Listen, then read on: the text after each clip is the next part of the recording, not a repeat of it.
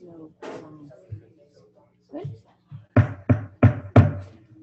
Good evening. I will call this meeting of the Pawtucket School Committee to order at 6:03. Ms. Leslie, please take a roll call. Ms. Grant.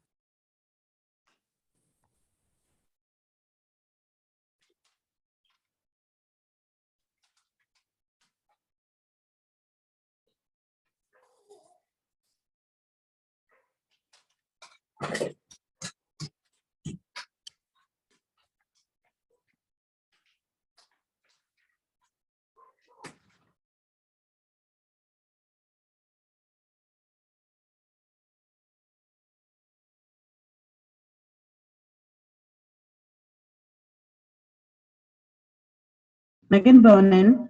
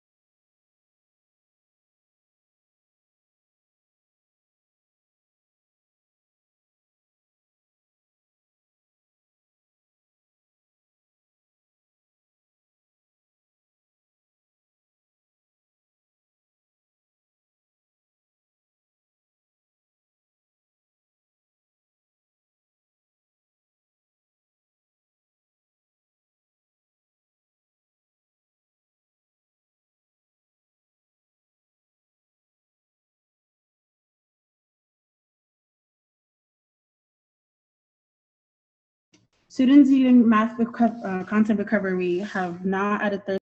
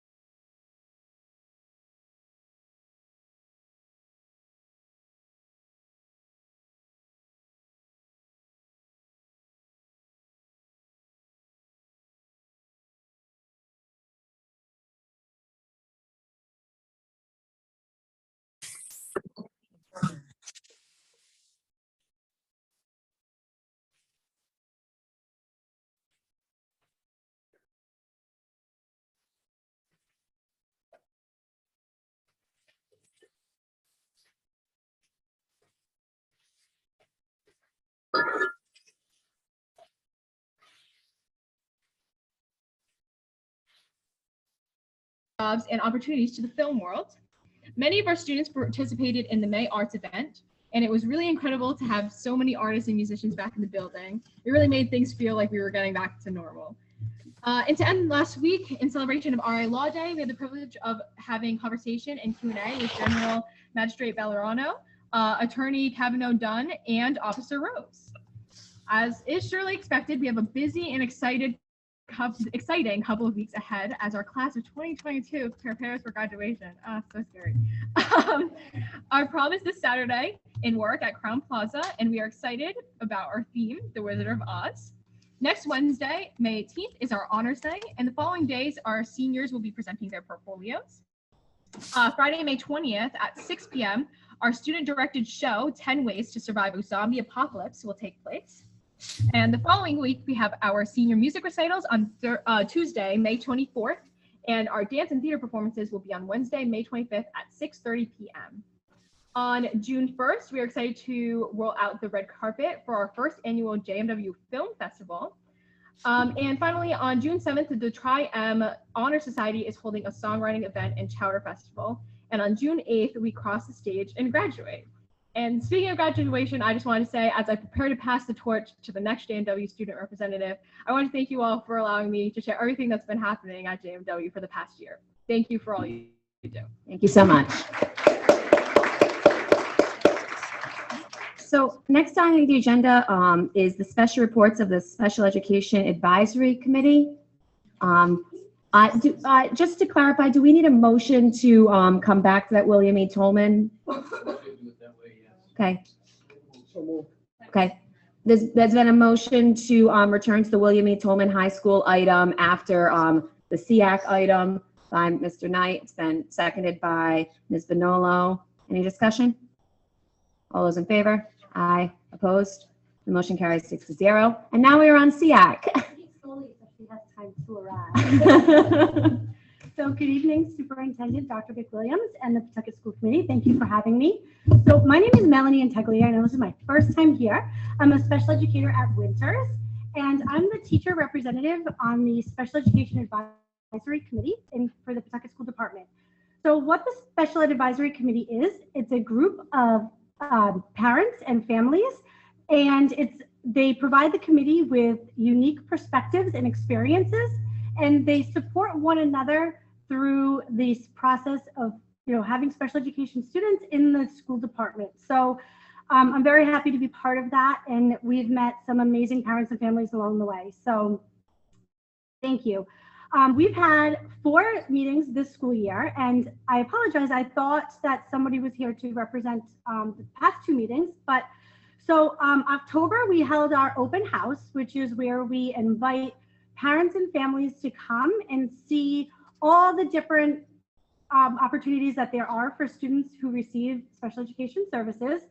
So that was a really great turnout, and we had a lot of information at that open house, including Boys Town and Ripon, which is the Rhode Island Parent Information Network, and just many resources for parents and families. So that was our first meeting of the year.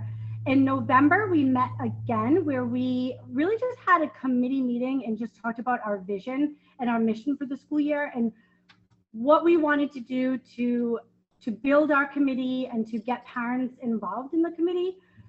So that was also another really great meeting. On March 22nd, we had another meeting where on the agenda for that night, Dr. Mark Andrade spoke about his role as the special education director, and Ernie, who is one of the parent leaders, was there that evening. And we talked about RICAS accommodations and modifications that night. So parents were aware and informed as to what accommodations and modifications their children would be receiving during RICAS assessments. And we had 9 families in attendance that night, so that was exciting. And it was nice to have Dr. Andrade there to support with answering questions to parents. And we shared the information on the Rhode Island Department of Education website as to the accommodations and modifications. And at the end of that night, we of course always open it up for a conversation. And there was a parent at that evening that really expressed her concern and worry with her child's transition from preschool to elementary school. So after a little bit of discussion, we determined that this time of the year, there are many transitions happening. There are special education students transitioning from preschool to elementary school, elementary school to middle school to high school and beyond. So with that parent's request and information, we held a meeting on April 26th, and we included presenters there. That evening, we had Assistant Special Education Director Tony Gravel was there that evening, Team Leader Kelly Carr, Preschool Administrator Dr. Gifford was there, and Special Educator Deb Farrar. And Tony started the meeting with an explanation about what we do to support families in the transition process. And then the room was broken up into small groups where we had parents who were more interested or concerned with the preschool to elementary transition, and then going upwards. We had 4 groups, and we had at least 30 in attendance that evening. So that was, Kim's been to a few of our meetings. So that was very exciting that we had a really big turnout. So we're still trying to get the word out. We're still trying to make sure parents know we're here to support. So we will update our brochures and we will keep going next school year. So I don't know if there's any questions. I want to thank you, and I want to pass it off to Ms. Grant, and I really want to praise Ms. Grant for adding this to our agenda. We have our special reports of our students, and having this as a quarterly report is really, I think, going to add to our committee. Ms. Grant. Thank you. I appreciate that. And, I want to thank Melanie, Dr. Andrade, and Ernie, because I have gone to a few meetings, and over the years, I have been involved in this advisory committee, and it is always tough to get the parents involved. And you try everything, and to hear you say 30 parents, I just want to commend you guys, because I think the families do really need the support of other families, and I think they need the support of the leaders in our district more on kind of like a one-on-one or small group where they can kind of get those answers. So I just want to thank you guys for, continuing to try to build this and, not giving up. And like I said, that kudos to you guys, 30 people. That's amazing. Thank you. And we look forward to the reports next year, and we'll keep going. So we had a really good, the parents were really happy with the transition meeting, and they liked having that at that time of the year. And I think it eased a lot of their minds. So, and everyone was there to answer questions, ask questions. Parents were talking. So it was it felt good. That was a great night. So Well, thank you. I appreciate it. I really do. Ms. Bonello. Thank you so much for the work that you're doing with our parents. And like Kim said, I mean, I've been here when they've had 7 parents, and I know that we have a greater population than that are in need of your services. One of the things I had asked Dr. Andre to look into in the future is when you have speakers or such as Ryken or Bradley or someone to come in, is to get in touch with our filmmaker and maybe videotape that part of the presentation where they're giving information about the transition or what they have available. And I know we've done it in certain areas of who our providers are for, but if you could make it special to your specific group that have needs, and possibly you could send it out in an email, you can send it out a link on a cell phone, and that way if they can't come in, they can at least take the time, they can get some information, and maybe you can pull them in the future. But one of the things I had wanted to sit in on that meeting and I couldn't go, and I asked Dr. Andrade if it was going to be taped, and it wasn't. So that was one of the thoughts I had, and maybe that'll help boost your Thank you. you Many know, of the parents that evening did request that we do something like that again next school year, so, so we hope to. So, thank you. thank you. Forward to seeing you Thank here. you. Oh, Thank was you there another all. question over here? Sorry, I saw a hand. No, that's all. Okay, thank right, you. thank Thank you so you. much. Okay, we return I have one question for the superintendent. about SEAC? Yeah. Okay.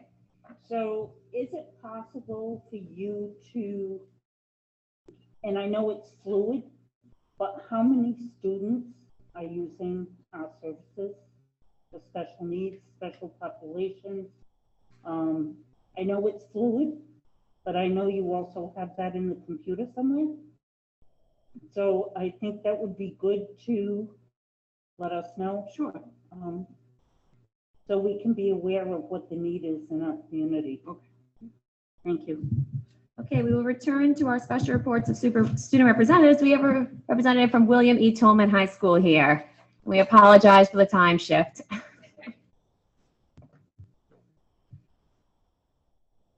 Good evening, everyone. I am Giovanni Perez, a senior at Tolman. Thank you all for waiting. I did not know about the time change until about 5 minutes ago. All right.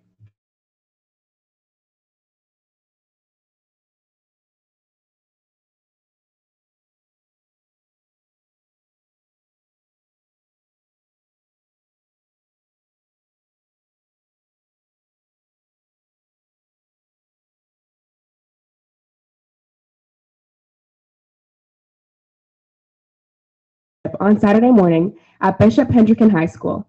Congratulations to them on an amazing season. The Tolman baseball team was named the Showcase Cinemas High School Team of the Week during the week of April 26th. Congratulations to Coach Murray and the entire team on this great honor. The PSATs and SATs were administered to the sophomores and juniors respectively on April 13th, and AP testing began this month on the 2nd.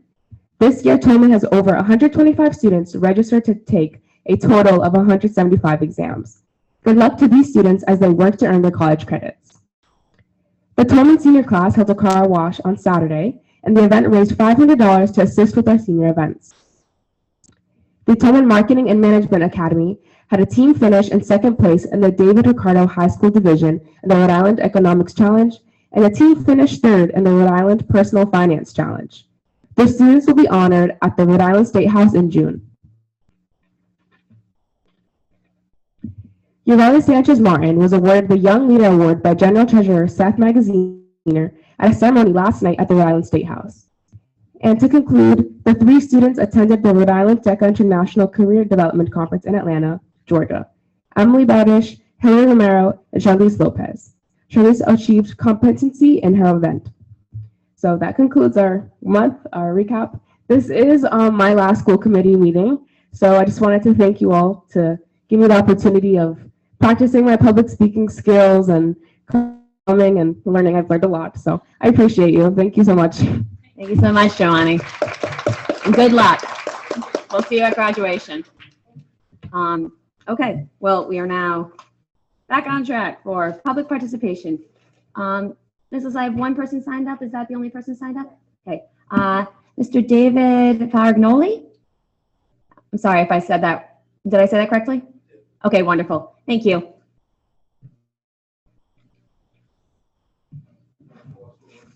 As there's some documentation that's going to be handed out to each of you.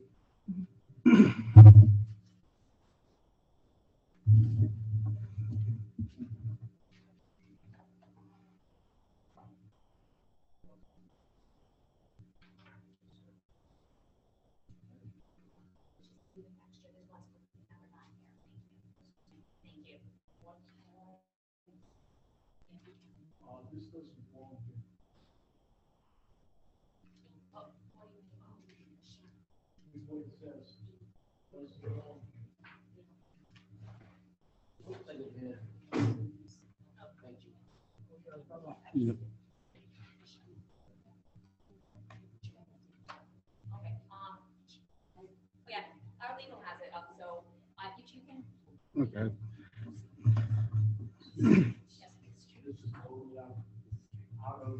Order. For public participation? Absolutely. Okay, I'll allow our legal council to briefly look at it. Okay. Oh, yeah, sorry. Okay.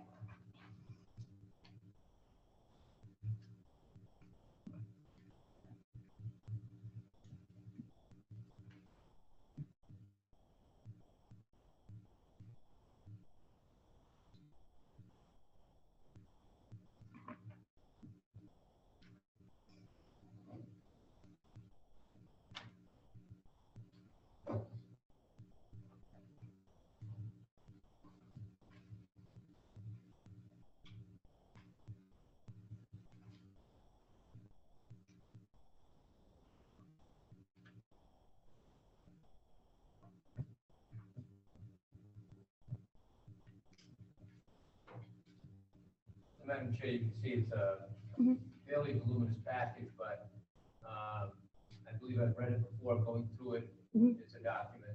It appears to have so many changes in the text that it appears to be a document that I've read on a prior occasion regarding possible legal claim against the district. I would suggest that the speaker shouldn't be allowed to inform the committee summary of the information contained on the cover page, that is the intent to make a claim on these bases, but that the committee not engage in any presentation discussion of the specifics of that. I'm under the impression that you're precluded from responding to anything that I say in this particular forum anyway. Yeah, so are you good with, you just want to present the kind of the cover page of this and explain it? Sure. We have it here to read it, but if you want to speak at this point. That's not necessarily what my address is necessarily. It's covering moving forward. What actually brought me to the point of filing this letter of intent with the school committee and the school district. If you wish to preclude me from being able to speak to you, that's your choice as the committee to do so. It's your choice. I can move forward, or I can just state that you've been served with a letter of intent, and you can read what's enclosed in it behind closed doors or within yourself. You know, you let me know how you'd like to proceed as far as that's concerned. Everything that I would say within this address right here is located within that letter of intent, covering the last 3+ years of damage that has been done to my family due to the administrative practices of the PSD / your responsibility to oversee the school department. So you let me know how you'd like me to proceed. Okay, thank you. Well, like you said, this is a lot to read, so I think it's not something that I would expect you to read here. Okay, yeah. Standing here. Okay. My address would take all of about 2 minutes of your time. If you're not willing to hear that, as I believe it's Mr. Knight over there that keeps. Yeah. Yep. So if you would like to give a 2-minute address, that is fine. Okay. You can proceed. Okay. Pretty much thank you for giving me this time to address you. Obviously, what I've served to you is a letter of intent to file a claim against your Interlock Risk Trust Liability Insurance. For approximately 3 years, I've been handling and communicating with the Pawtucket School Department and/or their school administrations over complaints involving multiple violations of both of my children while attending school through the PSD. I hope you've been made aware of these situations. The problem that I've had with this, I've had in the committee, you yourself should have with this, the biggest obstacle that I've had is the actual Pawtucket School Department themselves and the way they've handled thus complaints. I've stood in front of you in February of 2020 telling you about how my son was being constantly bullied. His 504 plan was violated. You guys have, the Pawtucket School Department had ignored multiple correspondence and legal complaints that were sent directly to the Pawtucket School Department. I now pretty much thus making it so that I couldn't receive due process. I now hold two decisions over the Pawtucket School Department in the city of Pawtucket over violating thus accommodation plan, bullying of my child while attending the PSD. Now moving forward to September of 2021, my daughter had reported to multiple teachers and the administration of this very Jenks Middle School of being sexually assaulted while in school here. Never once did I receive a phone call from Jenks telling me about this allegations being made. I had to wait for my daughter to come home to find out that she was sexually assaulted while she was here at school. The handling of that situation also was atrocious. It was covered over. Facts involved were not put into the record. The handling was a mess. Thus, when the Pawtucket police come to investigate thus allegations, there's no information really for them to go through. Pretty much leaving it as he said, she said type of situation. Due to these situations, these are just two of the items that are within that letter of intent that you have in front of you right at the moment. Due to that, the trust in the Pawtucket School Department for safety through education of my children, my daughter, who actually is still a member of the PSD, has been shattered. It does not exist any longer. Again, these are only two of the multiple complaints that you'll see if you read that letter of intent in full. At my direction, my daughter is now to contact me directly for any issues that take place while she is in school.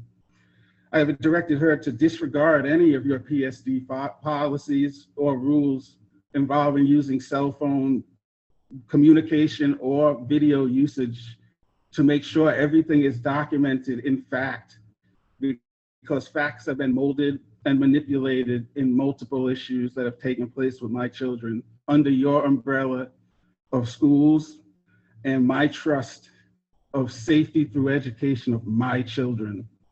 That's a privilege that you all should take very seriously. And it doesn't seem to be the case when serious situations take place within this school district.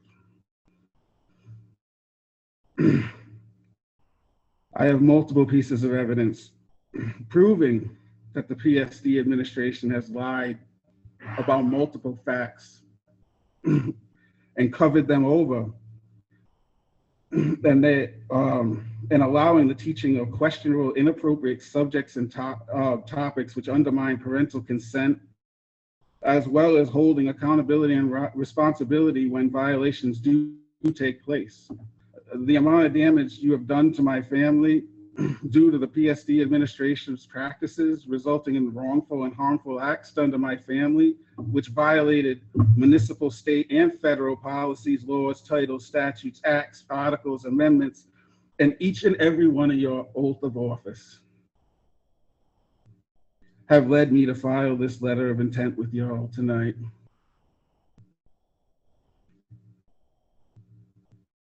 I honestly, I hope you all were made aware of what took place with these issues with my children. And if you weren't, I think you should have issue with your school department at this point. Honestly, you should be ashamed of yourself. I have to be honest with you.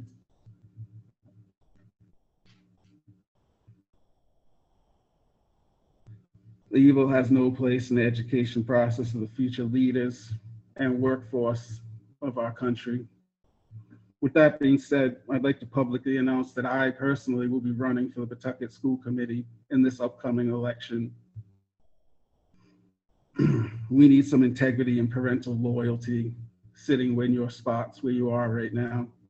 I thank you for your time.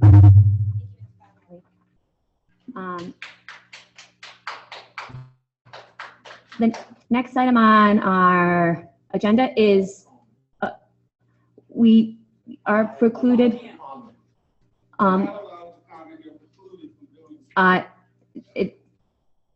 So, I'm allowed to comment. okay, just, Superintendent, has this been taken to the Rhode Island Education Department and the process followed any of this? legal, should we be discussing this in open session? I can ask a question. Okay, I'll just respond that matters appropriately filed have been through the appropriate processes. That's what I wanted to know. okay. Under new business discussion action items is RIAA contract renewal. Dr. McWilliams. Yes, so I'm going to ask CFO Melissa Devine and Dr. Andre to come up and present the RIA contract.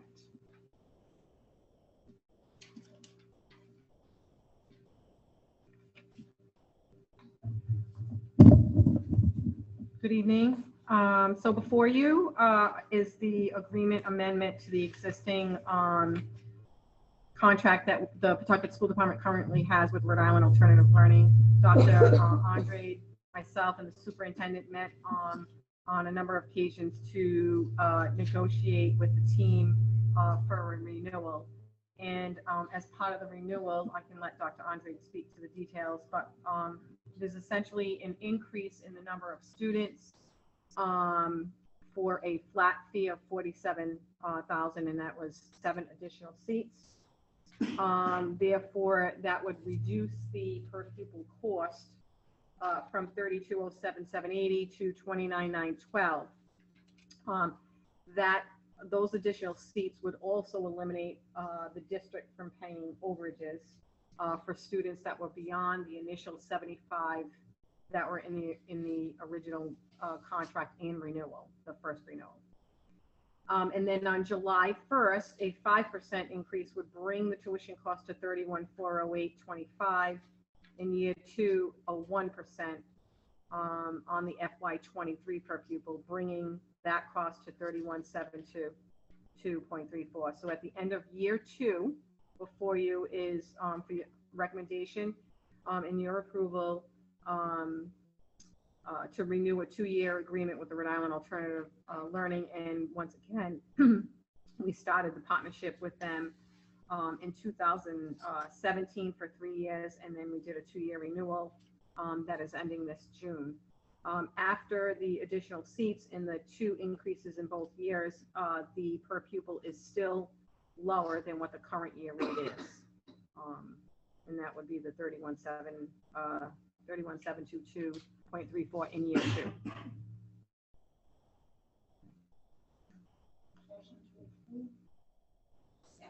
Then a motion to approve the RIA contract renewal by Ms. Bonolo. It's been seconded by Ms. Grant. Questions, Ms. Bonolo? Dr. Andre, can you inform the committee the type of education that's being provided to our students there? I can. So RIA provides the Pawtucket School Department an opportunity to provide our students a free appropriate publication for those students who just are not successful in the traditional school setting. So RIAs be able to provide a therapeutic setting off-site where there's multiple service providers that are available to support those kiddos' needs. How many students do we have that do attend the school, and how is it broken up, meaning elementary, middle, and high? So right now we have 82 students, 27 are elementary, and then the difference are post-secondary, 7 through 12. Okay. Of that percentage, we have about 68% have IEPs, 30% are regular, and 2% 504s. Okay, thank you. Mr. Knight. Have we asked for a bid from somebody else on this? It's been 5-6 years. We have not. Unfortunately, there are not many players in town that offer the same services as Rhode Island Alternative Academy. There's a lot of, it's a larger complex equation RIA provides us with many benefits, one specifically being in town. By far, they cut their per pupil costs is more than 50% less than the average that we pay for our other students who go to out-of-district placements. The typical expenditure report that we just received today actually is typically around $62,000 for students who get sent out of district. We're contracted for $31,000 over the course of next 2 years. It's a wonderful opportunity. What other companies are available for us to explore? This is a no bid contract. At the number of 82 students, I'm not so sure, but that's something that we could investigate.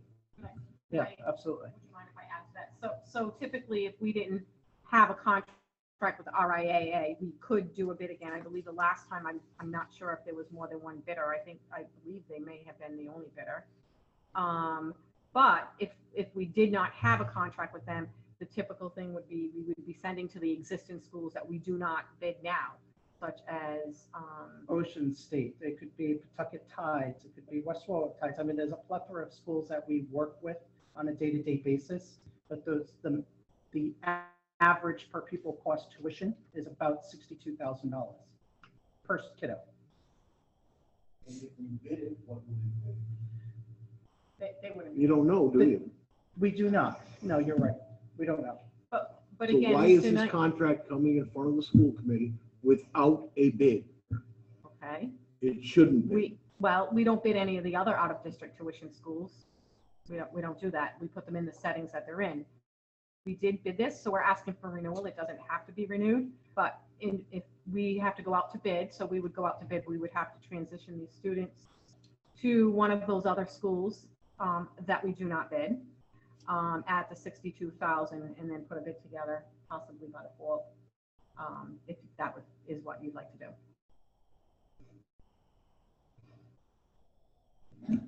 Ms. Donello. So I understand the process. I also understand the cost. And whenever we put a student out for placement, it's much greater than the $11,000 that the state provides. So I think what would be beneficial for myself and a lot of other people to know is what it would actually cost us in your spare time to educate our students who have been outplaced. In other words, i.e., this type of teacher at this type of salary can educate so many people. How many support staff have to be involved in their education? And just because we do have a lot of students in outplacement, it is a lot of money, but it is also, I believe, less expensive than what it would cost for us to do it in-house if we were to have the room. So would it be possible for you to put that together within the next month? Absolutely, it would be my pleasure. It's an ongoing conversation that we have on a day-to-day basis. Yes, it's a very complex situation with many variables. I'd be more than happy to share with the school committee. Thank you. Okay. There's a motion, it's Mr. Knight. Why hasn't that been shared before now? I believe it has in different conversations, not necessarily under this particular umbrella. I think we've had questions about providing alternate learning programs built into our own district, absolutely. But again, that's a larger conversation. So there's limitations that I think I would certainly present in that presentation. I'd be more than happy to. Ms. Donello. Just as a point of information, we have never brought all of our students back, but we have brought a lot of our students back. And we found that cost prohibited to our budget, where we had to actually go back to outplacement, unfortunately. I would certainly say to the school committee, the number one obstacle would be overhead. Where would we house these students? We know that in the traditional school, at their home school, they were not successful. So what are our alternatives? There is a simple algorithm mathematically about what that would look like to bring those kiddos back. But it's a pretty large equation. Again, I'd be more than happy to share that. There's a motion, it's been seconded. Seeing no further discussion, Ms. Leslie, please call the roll. Ms. Finolo. Yes. Ms. Grant. Yes. Mr. Knight. No. Mr. Larby. Yes. Mr. Marino. Yes. Ms. Doobie. Yes, the motion carries 5-1. Next, we have approval of budget transfers. Ms. Devine. So I have one budget transfer recommending to the school committee. It is to transfer an increase to the current budget of music for electronic textbooks. The reason for the increase is we do have in the FY22 budget FY23 budget that's up for consideration. But since we have these funds, we're asking to transfer $75,000 from these various accounts: water, sewer, electricity, non-public textbooks, dual enrollment textbooks, police and fire details, testing, classroom supplies, to the electronic textbooks. So that would be one area that we could save in FY23. Plus, we would also be saving on the cost increase, if there is one, after the new year. And again, we have an existing line in the current year budget. They've just expanded it to grade 8. I think it was K5. They've expanded the program through grade 8 if this transfer is approved. The motion to approve by Ms. Grant, it's been seconded by Ms. Finolo. Any discussion? Ms. Marino. Do we always have almost 20,000 in classroom supplies at the end of the year? Yeah, we have more than that. Yes, yes. And again, the budgets are handled by the individual buildings, and this is an area where there's money left. So we remind, everyone to get their purchases in. And again, I don't know, but this money, the 20,000 is still left in there in supplies. Ms. Grant. I have to say, I think this money going towards music is fabulous. I think music does a lot for all the students, all children. How does it come here?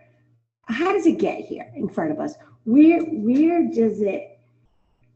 is it created that it's brought to you to come to us to transfer this money?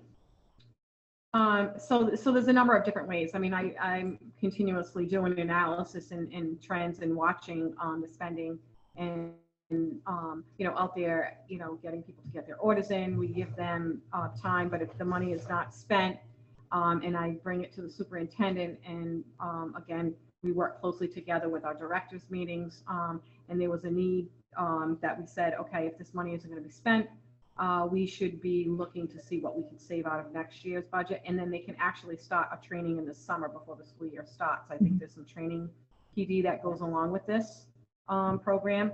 So that's what we do. But in my office, at this time of year, I'm continually running reports every single day, reviewing all of the orders. It's crunch time. The lead times are long, so if things aren't in, it's going to be, if you didn't spend it, it's going. So again, I have continually put out, get your orders in, and then I'm finding some of this money's here. But again, we have an issue for next year, so if we can possibly use the money to reduce some of next year's budget, it would be advantageous to us to do that. Oh, I'm sorry. Oh, sorry. Actually, I was going to ask one more question, and it would be to the superintendent. So is this the electronic textbooks for music? Is it like an app that will go on the Chromebooks? Yes. So basically, I wanted to respond to as well. So CFO Devine and I are in a daily talks over the budget. And when we start seeing, as she stated, that we have this money left, we're looking ahead to, okay, what could we do possibly, to help our next year's budget, but also narrowing down this specifically after talking to Mr. Pimentel, who's in the audience, hear about this particular line item that was in next year's. We thought if we get it ahead of time, then they can have the additional opportunity over the summer to get used to the app. So in this particular case, and Rico, I don't know if you want to add any more about the actual app. They actually love it, the software. So we met with a music curriculum committee appointed by Mr. Beaupre, and the committee chose McGraw-Hill Music, which is K through 8, and it comes with electronic resources as well as actual textbooks. So there's both. So they will have access to it. Great. No, definitely. Like I said, I think the times that we're in, and I know we're always talking about mental health. I think besides this being used for education purposes, I think this can also help our students in regards to mental health. So thank you for bringing this forward. And it's again, great. and not that we, again, seeing these numbers here and trying to understand, where we are for next year, reviewing the savings that we have in the busing and things like that. That's what I've been working on to try to bring some of these forth to see how we can ensure that we get what in the hands of the students, what they need and the teachers to teach as soon as possible. So again, I'm looking at it every day, making, calling people, are you using this? And so again, we've had some transition around. So some of these budgets were built by a person that was not in the position last year. So they may not have left the detail, and that goes for departments or principals or wherever. But again, like I said, sometimes there was intent to order something and then they didn't need it. So I'm reviewing that stuff daily. Thank you. A motion to approve, Mr. Knight. This music program that we're buying, what's the cost on that? I believe the full cost was $145. Yeah, $145. There's like 69 in the current year budget.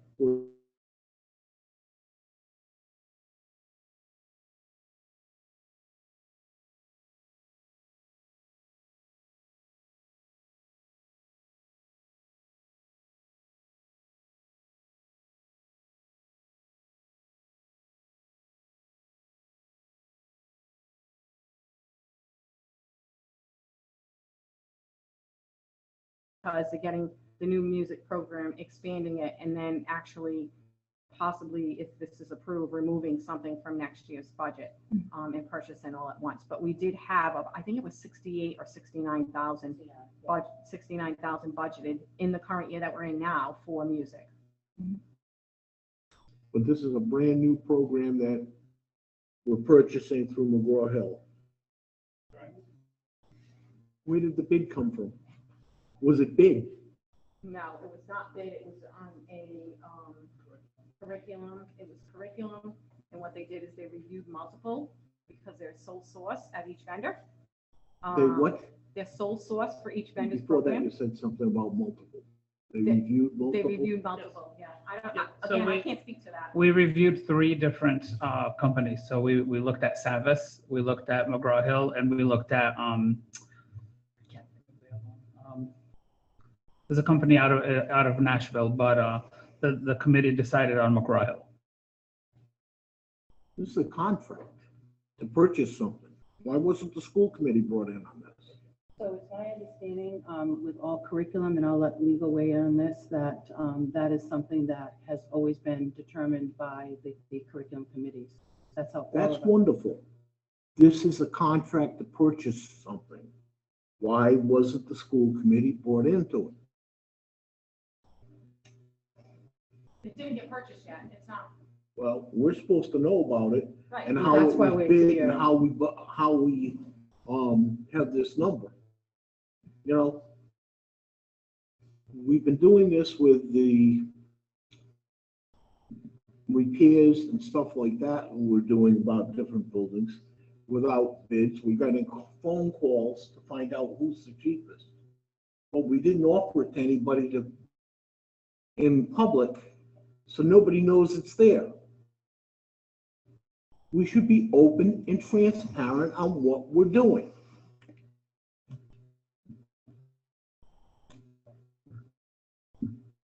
there any further discussion?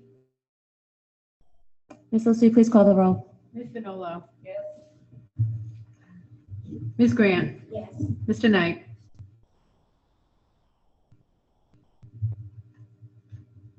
Yes. Mr. Larby. Yes. Mr. Marino. Yes. Ms. Doobie. Yes, motion carries 6-0. The third item is approval of 2022 to 2023 Pawtucket and Aramark Food Service Agreement pending ride approval. Before you this evening is the renewal of the final optional year with Aramark Food Services. As per PSD bid, we are requesting the school committee's approval for the 1 year. This is the 5th and last year to use the renewal. The renewal document as required by law will need to be approved by, which on a side note, I got the approval letter today. They have reviewed it and approved it. I thought it was going to take a little bit longer. That's why the motion or the, I'm sorry, not the motion, the resolution states with pending ride approval, but I did get the letter today. The labor, the budget is estimating a profit of $118,032. That's guaranteed, which includes the PSD labor and other costs that the district may charge to the program, such as repairs to any equipment. The program will return to the National School Lunch Program in the fall. June 30th, the summer free program will end. And that's it. Second. It's been a motion to approve the Aramark renewal by Ms. Vinolo. It's been seconded by Ms. Grant. Any discussion? Ms. Vinolo. Question. How much, aside from free and reduced, how much will a regular lunch cost? So the rates are $2 and $2.25 at the secondary for regular paid, and then 40 cents for reduced. Thank you.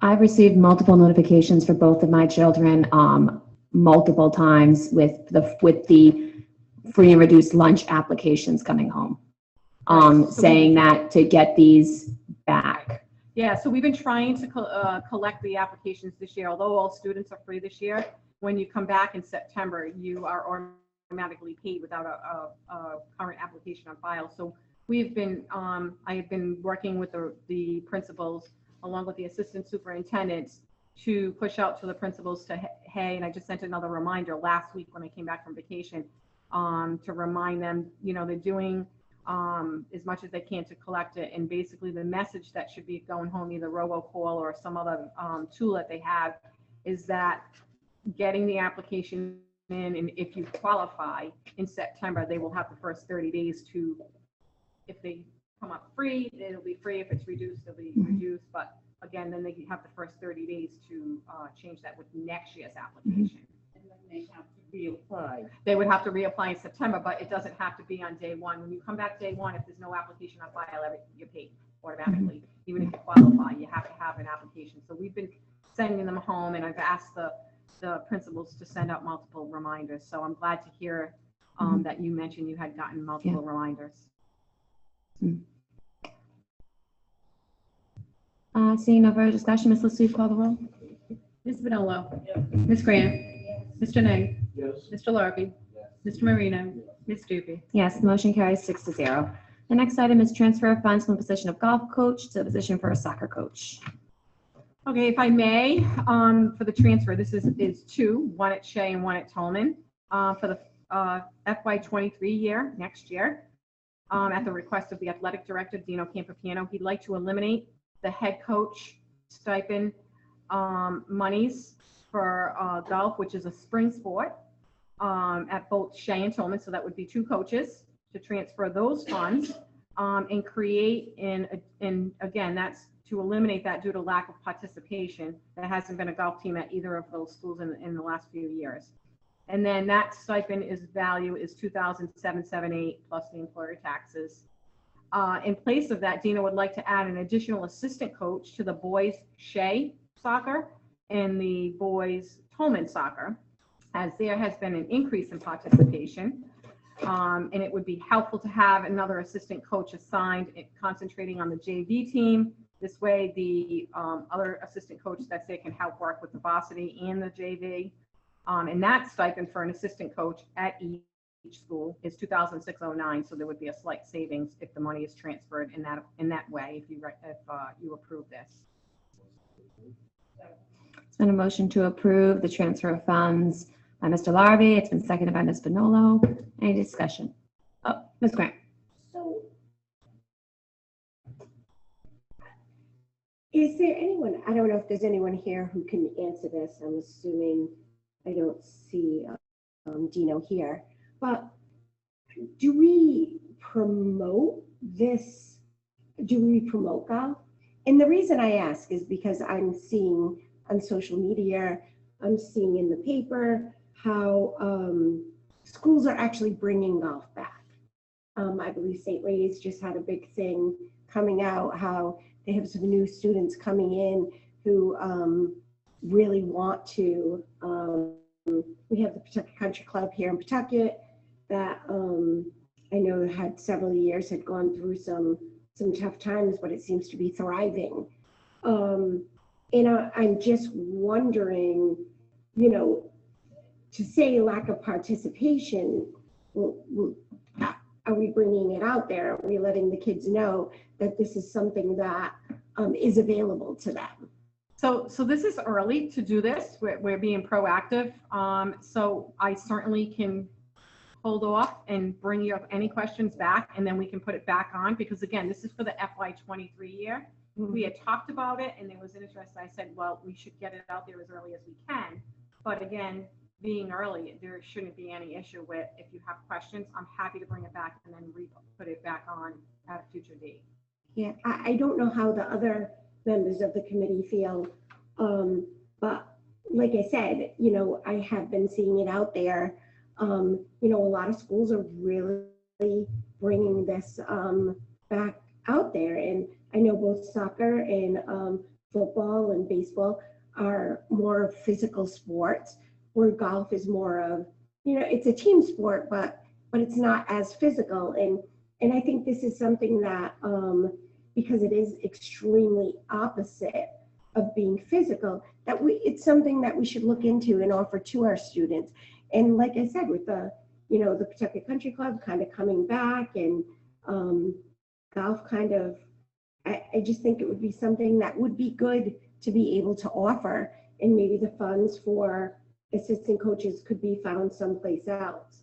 But, you know, I know myself, I would love to, you know, make a motion if we could table this, maybe get some of the questions answered, and then just kind of go from there.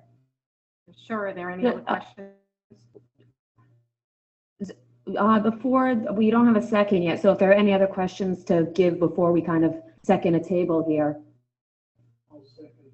Okay, there's been a second to a table. Okay, let's see, please call the roll. Ms. Bonolo? Yes.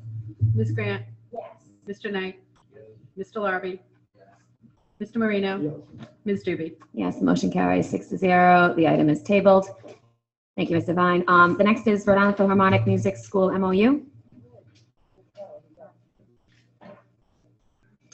Hello again. Before you is a request to approve an MOU between the Rhode Island Philharmonic School and the Pawtucket School Department for implementation of the Victoria Dream Project at Winters Elementary School. The Victoria Dream Project is a comprehensive after-school strings program currently at Agnes Little Elementary, and it's designed by a diverse group of stakeholders who are committed to closing the arts opportunity gap by providing high-quality music instruction. Students are provided 3 days of group lessons each week with beginner classes for 3rd grade, and there are intermediate ensembles for grades 4 and 5. The program would start at Winters in grades 3 and gradually increase each grade each year. There are free violins and violas supplied at no cost to students, families, or the school. The program is supported by donations from community partners. Students in the program receive over 340 combined hours of music education and academic support each year. The approval of the MOU has been vetted by our legal team, and There is no cost to the Pawtucket School Department as it is funded by grants that the Rhode Island Philharmonic has achieved. Then a motion to approve the MOU by Mr. Larry. It's been seconded by Ms. Bonolo. Just a clarification. The concert occurs at the Vet, right? The Vets, Yes. the I believe, Victoria's yes. Dream concert. Okay, thank you. That's good. I just want to say, thank you for bringing this forward. Again, I know we keep mentioning over and over at some of our meetings, the superintendent has brought forward to us, a lot of the mental health issues.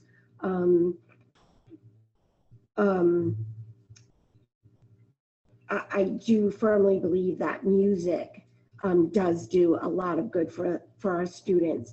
And I think a lot of our students, some of them, depending on what their family situations are, to rent these instruments or purchase these instruments are very expensive. My own child actually takes music therapy through the Rhode Island Philharmonic, and it has done amazing things for her and just her love for it. So hopefully by bringing this in and we can kind of continue to, maybe our younger students can kind of grow with it and their love for it can be the same. So thank you. I just want to make it known too, it's an expansion, so it's going to be at both schools. It's going to continue at Agnes Little and will be expanded to Winters. They didn't say, but at least for 3, because they're starting in grade 3, then adding 4 and 5. Yeah, to 2026. Yeah, that's correct. Rico, at Agnes, how many students do you have involved in it? And how many do you guys expect at the Winters program?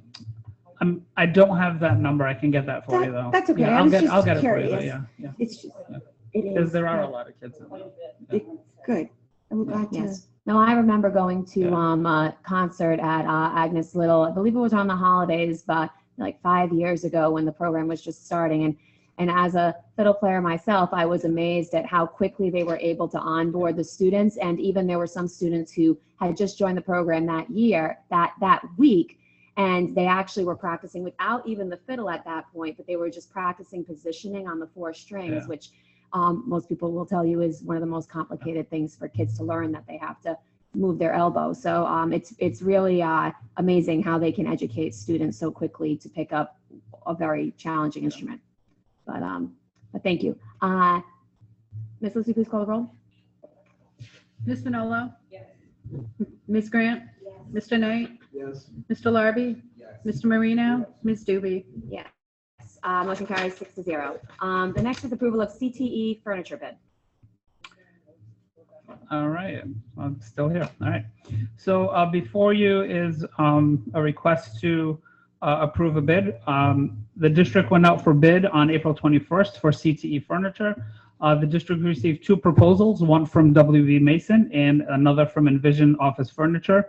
WB Mason unfortunately cannot deliver the items they bid on by June 30th, which is the deadline we need to receive items by according to our grant.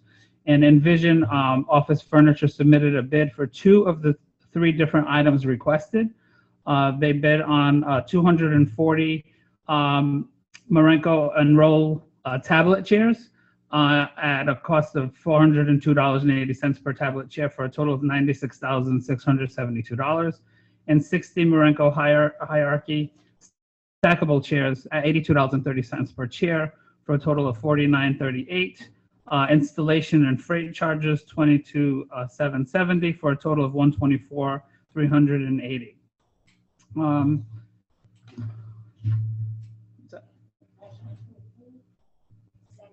On a motion to approve the CTE furniture approval by Ms. Bonolo, it's been seconded by Ms. Grant. Ms. Bonolo. The third item, the Explorer 5 in storage. Yes. Will you be looking for them elsewhere? Yes. Well, unfortunately, neither company bid on those because they wouldn't be able to get them in time. I believe we sought legal advice to. I I didn't yet. I'm gonna put him on the spot right here. But I think I know the answer, but I just need to confirm it. So if we put something out to bid, and we receive either no bid or a bid that can't meet the specs, if we find another company that can provide it and deliver it, are we allowed to purchase it? Yes. Happy hunting. Okay, thank you. Ms. Grant? So I just want to, so the CTE furniture approval, you had mentioned that it needed to be here by June 30th. Yes. Is it due to because of where the money is coming from? So yes, we're using Perkins and categorical funding, and we have to receive our items on or before June 30th. So let me ask you a question, because this kind of concerns me with the whole COVID and ESSA and what we're going to be going through. Are we paying, or is this particular grant paying more for these items with the second bid because WB Mason couldn't provide it? So I see Mr. Vine saying yes. If that's the case, are we able to, bring it to the attention of the grant places to ask if they're willing to extend? Because it just, I don't know. I know because of COVID, there's a lot of time limits. There's all this money coming in, but it just seems so ridiculous because something can't come in, until like 15 to 30 days afterwards, that you're paying hundreds of thousands of dollars more. And I didn't know if we do have that right, or if we had that opportunity to go back to these people who are offering this money saying, hey, listen, we're willing to wait the 15, 20 days to help you guys save all that money and us save the money to help other kids at a later date. I'm just kind of curious in regards how that would work. So two things. One is for audit purposes that we have to have product in by June 30th or it can't be classified this year. Okay. For Perkins is a federal grant, and that's a federal regulation that when the grant ends, you have to have the product in before the grant ends. Now, Perkins is a repetitive grant that we get year after year. You would have to, if you didn't make the purchase out of this year's money, we also risk losing money if we don't spend the appropriate percentage, correct? Okay. So if we don't spend the money, we could lose it and it goes to somebody else. Okay. And two, we would have to reply. So let's take the last item. Let's just say nobody can provide that item. We'll have to let that money go back and then reapply for it next year and then rebid or, retry to find that item like before. And then one second thing before you answer, I don't mean to cut you off here, but that even though we're paying a little bit more, there was an added piece on there that was not included. Right. Yeah. So there was a tablet on this, the one by Envision that is higher, so it was $356. The 40280 has the tablet included, where the other tablet share, there was no tablet included. Okay. So they provided the bid specs read that you could provide a specific model, which was neither of these, right? They both provided alternates. One provided an alternate with the tablet included for the 402. The other one, who couldn't meet the June 30th, is $356, but it doesn't have that tablet table included.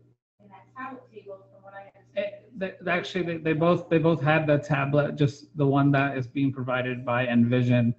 It's an Expo tablet, so students can write and erase. And Okay. yeah. so it's a little bit different. So that's probably why. And to answer your question back to can we request? We can't request an extension. However, for the past 2 years now, RIDE has rolled over Perkins funds. So what we didn't use, they rolled over because of COVID, but that's not guaranteed. So Okay.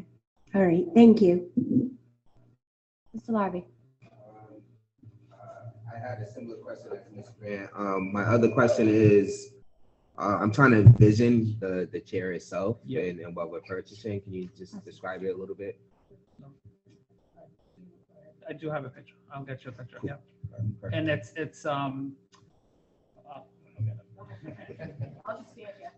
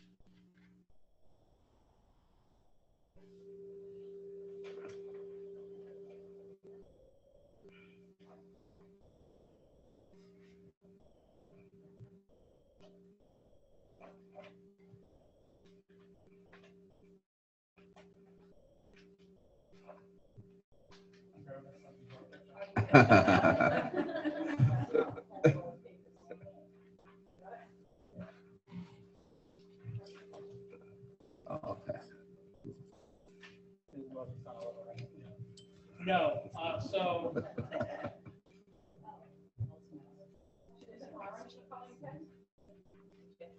Can I see that? Yes. So, it's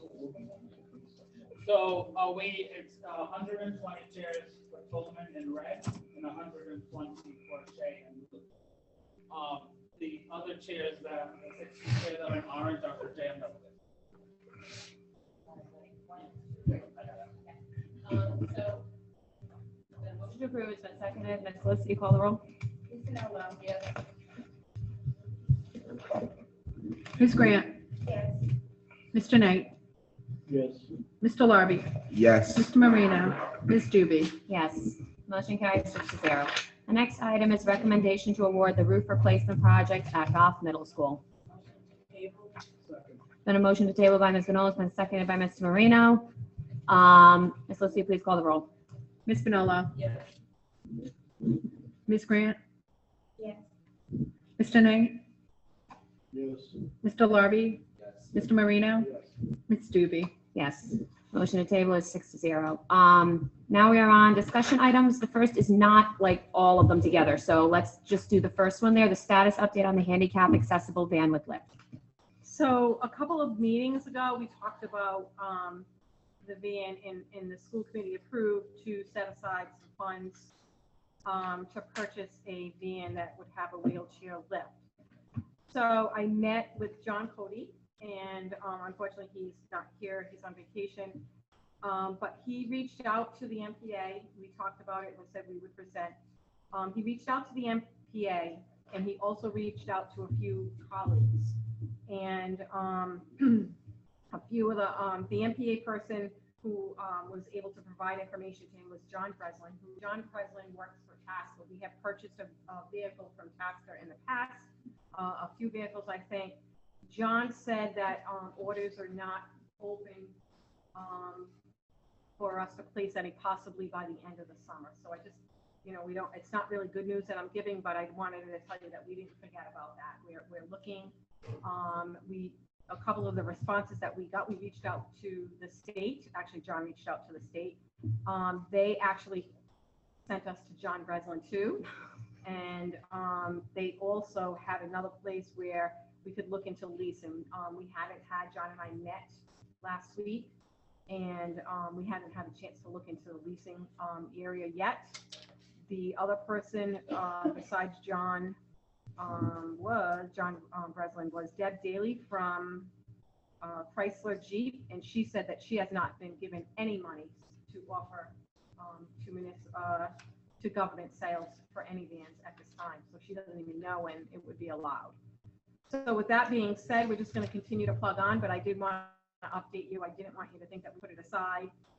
So we will look into the leasing option, and we will definitely check to see. One district did say that they ended up getting very lucky in finding a used one, but that's really not the goal that we want. We want to make sure that we have a factory one. So we're going to look into it still. Continue. Mr. Knight. Have we checked with the union yet, whether or not they're gonna have a problem with this? With subcontracting? We did not check with the union to drive. We have multiple vans in here in the district. You have multiple what? We have a van, another van too that we use as a, but this is used on, it's not going to be a bus. It's for the transition But program. it's gonna be transporting students. Yeah, we can check with that. I mean, I'll turn that over to the superintendent to take notes on that if she'd like to check with that. I'd like to know the answer to that before we get into the business of bus drivers without Well, the what would we do? intention. I'm not really sure I follow. I apologize, but We eliminated, I don't know, 6 bus drivers. we wouldn't be hiring a bus driver. If there's a subcontracting clause, we may have to. No, it would be a teacher who's working with a student. So unless it's a non-certified union. And what would that say to the non-certified union that says they have bus drivers? So it's not a full-time job, but do they have a person that maybe, like I'm saying? I don't know if they got somebody in mind. I'm just saying, they very possibly may have an objection to this. Okay. And we need to check with that before we absolutely. do anything. We'll Yeah. definitely check. Yeah, and since we currently have a van that we currently have people driving, Right, and we do, actually, the non-certified. yeah. have that van, yeah. So, Dr. McWilliams, can you look into that? Thank you. Yes. You have people driving vans that aren't transporting students. No, They That's the are difference. transporting students. transport students. Who are they transporting? We have JROTC, we have CTE. Yeah, yeah, that's what we. Women's History Month. Yeah, Who transported them? we have teachers and coaches and teachers. Yeah, chauffeur license. Okay, Please check this with the union. yes, wonderful. Okay. So that was just a status update. Oh, you're welcome. Okay, thank you for the status update. welcome. Okay, and now, don't go anywhere. There's monthly vendor reports, budget transfer reports are normal, discussion items that anyone can, weigh in on unless someone wants to pull one to the side.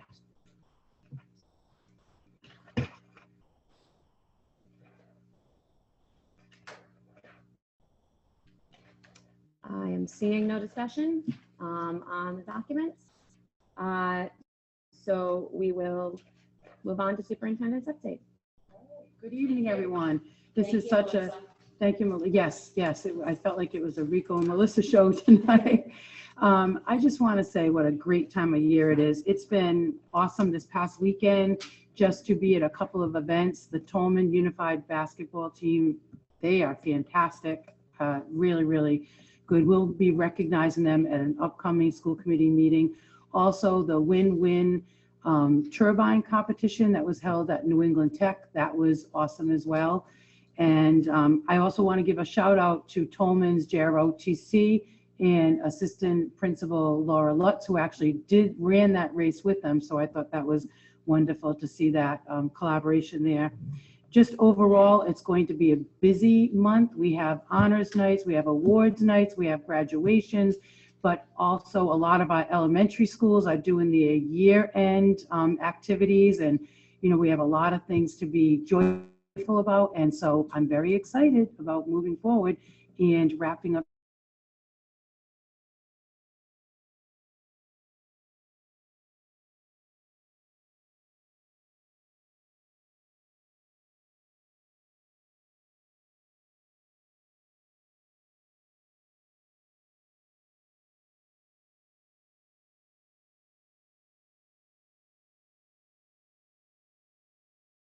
Requested that we allow the city not to give us any more money this year, and that we would, if they didn't give us any money, that'd be fine. But if we asked for our increase, they wanted $3 million from us to pay the school bond cost. I have a question. I'd like an answer from somebody. If the city can't afford to pay the bond cost now, when their payment is roughly 10% of what we're spending because the bond holders, the taxpayers in this city approved it, how are they going to pay for anything in the future? I can't get that answer from anybody. You know, they want 3 million. They want us to give them 3 million if they give us 1.3. And their rationale is because maintenance of effort says we have to get the 1.3 from now on. What they're not seeing is all the outside students, the cost of alternative learning, the cost of charter schools, the increased cost that's now coming to us for transportation to, I believe, Davies is now our bus we're being billed for. I could be wrong, but you know, I've been wrong before. At what point are we going to tell the administration that the taxpayers of this city approved spending money to renovate our older school buildings. At what point are we gonna tell this in a letter to the administration, instead of just telling them, no, we won't be extorted for $1.7 million? Would anybody please answer that?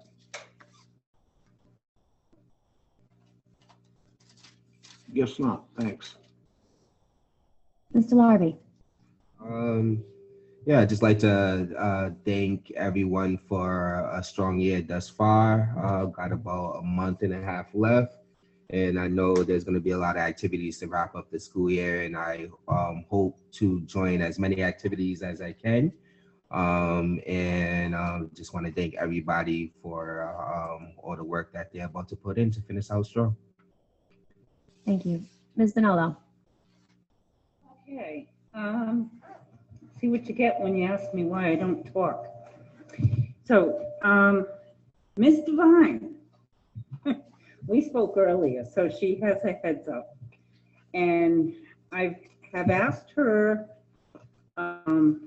if for the next meeting, the next regular meeting, she would have an impact statement of the level funding that we will be receiving from the city, because we will not give them $3 million to get $1.3 million.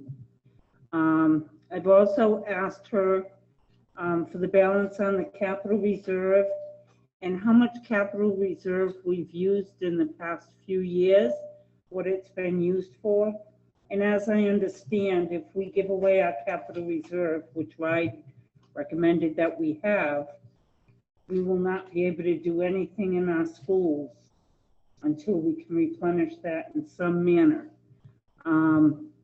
I've also asked for a revenue report on a monthly basis.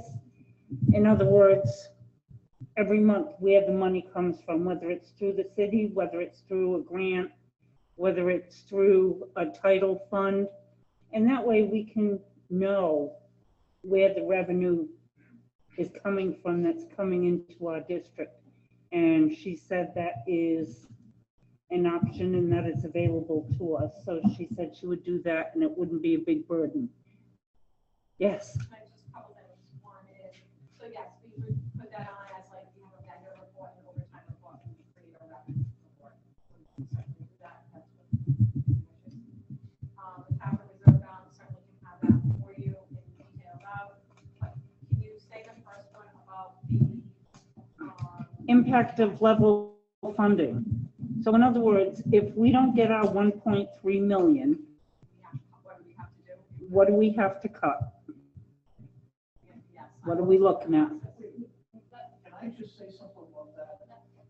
Let's not say we're not getting that money until they tell us we're not. Then we'll give them a chance.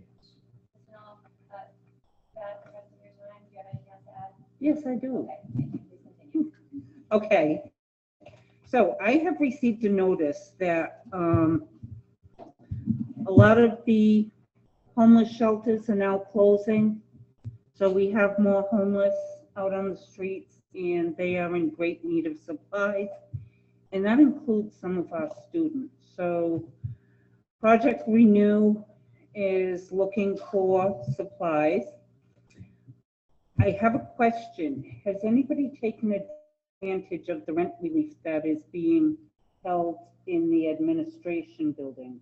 So we do have someone that's there every Wednesday, and she has appointments, she takes appointments. We don't keep track of, that's a very confidential thing. We don't keep track of that. But there are people coming in? Yes, she has appointments, yep. Okay. Gorf is having a Mardi Gras on May 20th.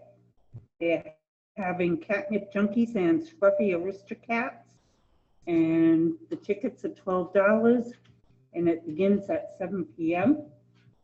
and it looks like it should be fun. At the Shea student who spoke tonight made mention of Catherine Nobre, and I would like to just say kudos to her for for standing up for her fellow students.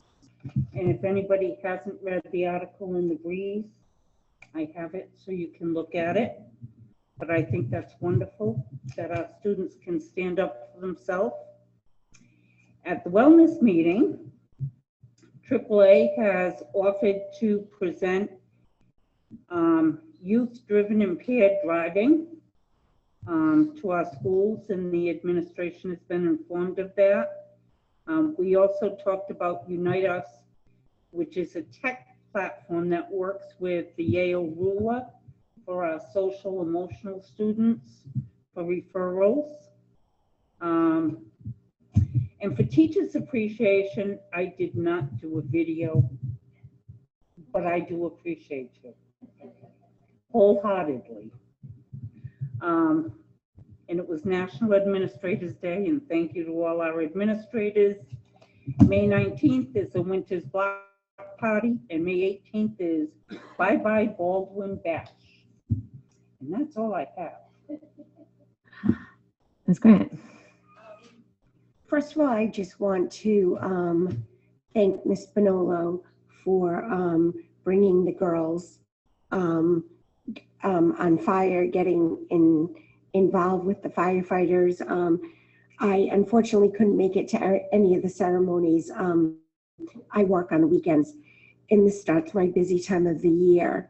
So, but I did see a lot of the pictures and what had transpired, and it looks like this is a program, if we can continue it, I think it would benefit a lot of the girls in our district. So thank you. Kind of to piggyback Mr. Larby, you know, it's we're kind of heading towards the end of the year. Things are getting exciting. The weather's going to get warm. It's so nice driving by the schools. I know a lot of the students go out year round, but it's nice to kind of, you know, see the kids running around without their coats or with a lighter coat, you know, just kind of not having to avoid those snow mounds. And it's also just very exciting, you know, I know for the high school students who are getting prepared to go to their proms, go to their honors nights. Like Ms. Bonolo said, you know, the invitations are rolling in, and, you know, to open them, it really does put a smile on my face. My hope, like Mr. Larby, is to attend as many as I can. But like I did say, and I just wanted you all to know, this is my busy time of the year with weddings and the nice weather. So if I am not at events, it's not that I don't want to be there. You are all definitely being thought of by me in as many as I can attend, because like I said, you always want to be part of those special times. And this is the time of the year where we're able to share in those special times and, you know, see kind of how all the hard work and what we do in regards to delegating money and trying to advocate for things for our students, you know, really kind of, you know, shine. So it's so nice to, you know, be invited to, you know, the plays and the year-end parties and, you know, just the celebrations. It's just fantastic. So I just want to thank everyone, and I hope everyone, I know it's only Tuesday, but I hope you all have a nice weekend. I hear it's supposed to be beautiful. So enjoy, everyone. Thank you. Mr. Moreno.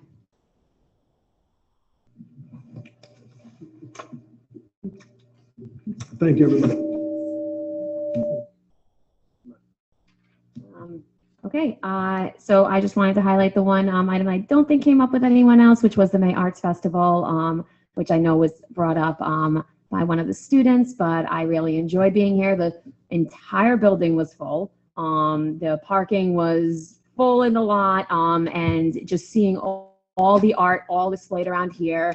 I have to shout out Baldwin's art, which was over here, which was these like cool plates that my daughters loved, and seeing the performances in all the different areas for the different schools. It was wonderful to see all that art. So yes, I look forward to this busy season of exciting events, and I thank Ms. Grant for the earlier start time.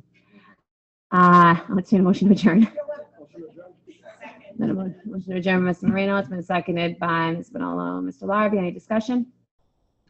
All those in favor? Aye. Opposed? Motion carries 6-0. We are adjourned at 7:34.